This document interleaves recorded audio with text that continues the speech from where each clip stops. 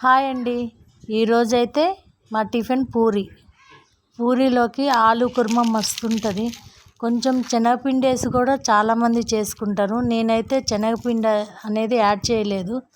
ఆలు అయితే ఉడకబెట్టేసి స్మాష్ చేసి తాలింపు వేసి చేశాను. ఇట్లా కూడా బాగుంటుంది. నేను ఎక్కువ శాతం దోశలు అయితే చేస్తాను. ఇది ఎప్పుడో అప్పుడప్పుడు ఒకసారి చేస్తూ ఉంటాను.